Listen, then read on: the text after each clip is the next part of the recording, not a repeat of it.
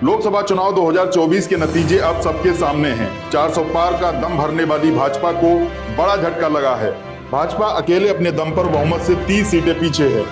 उसे 240 सीटें मिली हैं। हालांकि एनडीए गठबंधन को 291 सीटें मिली हैं और उसने सरकार बनाने का दावा किया है। वहीं विपक्षी इंडिया गठबंधन 239 सीटों के साथ काफी मजबूती से उभरा है। इंडिया गठबंधन से भी सरकार बनाने की बातें सामने आ रही हैं। देश की 18वीं लोकसभा में बिहार के मुख्यमंत्री नीतीश कुमार की जेडीयू और आंध्र प्रदेश के चंद्रबाबू नायडू की टीडीपी किंग मेकर बनकर उभरी है। राजनीतिक गलियारों में चर्चा ये भी है कि इंडिया गठबंधन ने नीतीश कुमार और चंद्रबाबू नायडू से संपर्क किया है और उन्हें गठबंधन के साथ आने का न्योता दिया है। अब देखना दिलचस्प होगा कि नीतीश कुमार और चंद्रबाबू नायडू क्या फैसला लेते हैं, किस तरफ जाते हैं, इंडिया गठबंधन के साथ जाते हैं या फिर गठबंधन सहयोगियों का धर्म अदा करते हैं। बता दें कि चंद्रबाबू नायडू और नीतीश कुमार एनडीए गठबंधन का हिस्सा हैं। एनडीए के सहयोग से ही उन्होंने चुनाव लड़ा है। लेकिन अब खबरें ये भी हैं कि ये दोनों नेता इंडिया गठबंधन के साथ भी जा सकते हैं। इंडिया गठबंधन लगातार इनके संपर्क में है।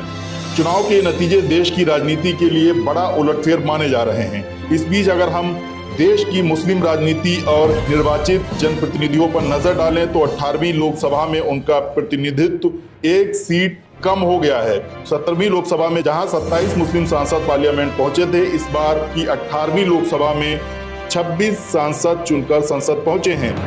18वीं लोकसभा के लिए जो मुस्लिम सांसद चुने गए हैं उनमें यूपी से 5 सांसद शामिल हैं। इसमें कैराना से इकरा हसन, रामपुर से मोहिबुल्ला, संभल से जियाउर रहमान बर्क, गाजीपुर से अफजाल अंसारी, सहारनपुर से इमरान मसूद के नाम शामिल हैं। इन 5 नेताओं ने यूपी से जीत दर्ज की है और ये सांसद बनकर लोकसभा पहुंचे हैं।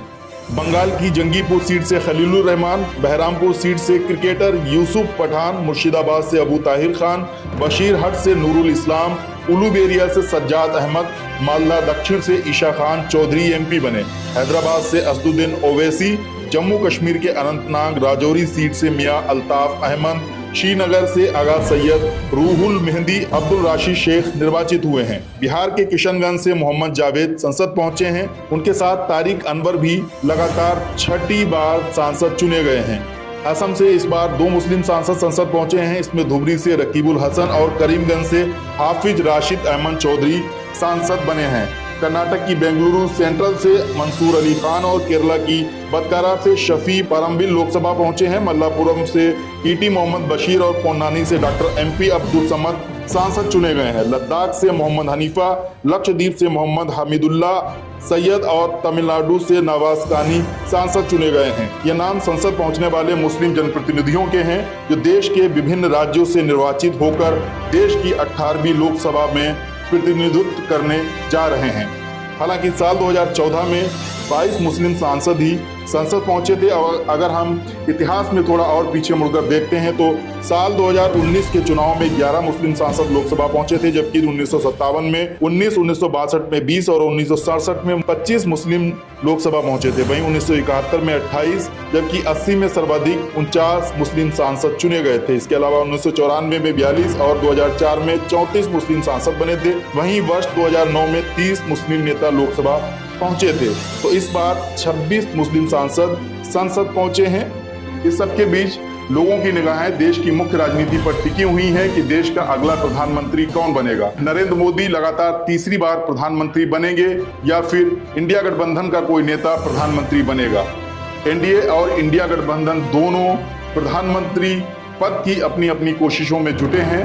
प्रधानमंत्री नरेंद्र मोदी ने तीसरी बार प्रधानमंत्री बनने के लिए मिले जनादेश का स्वागत किया है, तो इंडिया गठबंधन के नेता राहुल गांधी ने कहा कि ये जनादेश नरेंद्र मोदी के खिलाफ आया है। अब देखना दिलचस्प होगा कि देश का अगला प्रधानमंत्री कौन बनता है। 1-2 दिन में काफी हद तक तस्वीरें साफ हो जाएंगी। आज दिल्ली में एनडीए की बैठक है, उसमें एनडीए के जो सहयोगी हैं उन्हें बुलाया गया है, वो दिल्ली पहुंच रहे हैं। इसी तरह इंडिया गठबंधन ने भी अपने सहयोगी जो पार्टनर्स हैं उनकी बैठक बुलाई है और दोनों दल अलग अलग अपने समीकरणों पर चर्चा करेंगे।